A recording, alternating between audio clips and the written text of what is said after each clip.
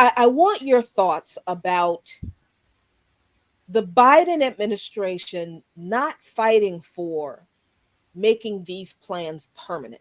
Hmm. The way that the GOP, remember how they fought and made the Bush tax cuts permanent? Right. And we're still living with the Bush tax Hmm. cuts today. Hmm. Right. And Biden and the Democrats, not just, it's not just him, but the Democrats in general, really did not fight to extend these programs and make them permanent. Right. And what does that mean in politically, as we're facing once again the most important election of our lifetime, according to the Democrats? And what does that mean for the people who no longer have the benefit of these programs?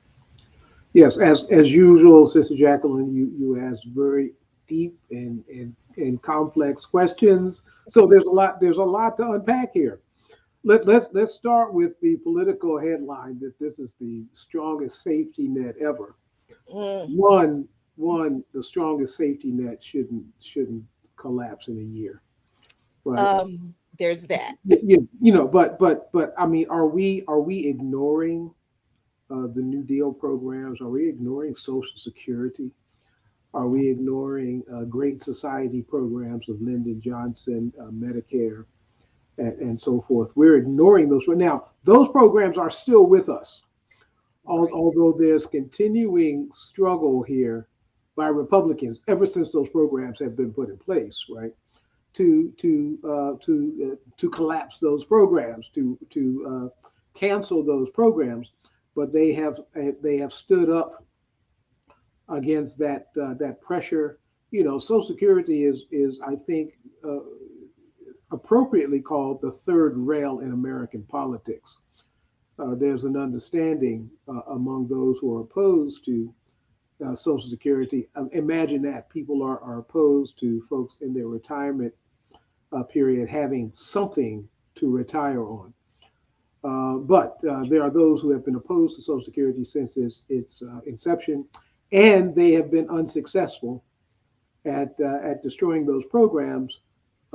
These American Rescue Plan programs have collapsed under their own weight. There was no opposition necessary. They were scheduled to expire, and they have. And so, political typically and frequently is very hyperbolic in its praise for the Biden administration and for Democrats, and the headline makes no sense. Strongest is really way over the top. But that being the case, we have, for example, the expiration of the child tax credit. Now that figure there about the halving, cutting in half the child poverty rate came from the extension of the child tax credit, where parents received some extra money, $300 per month for children, I think under 16, and something like 250 per month extra for children over 16 every month until it expired in December of last year. That pool, that income, extra income, pulled half of the children who were in poverty out of poverty. Now, it may not have pulled them much out of poverty. If you're a dollar out of poverty, you're out of poverty. Right. But Right. it still did that. And the Democrats, who were still in charge of the federal government before during the transition, if you will, from the Trump administration to the Biden administration. Even though it was a lame duck session, they could have come in and done what Republicans do in lame duck sessions. They actually passed legislation. They were in charge. They could have extended that. They could have made it permanent, but they did nothing. Mm-hmm. And even though you could say Nancy Pelosi was Speaker of the House, Schumer is head of the Senate, and so you might put the blame on them. Joe Biden, even though he wasn't president yet, Joe Biden was the head of the Democratic Party, and if he had said to them, "We're going to extend this, we're going to make it permanent," they would have done so, and he did not do that.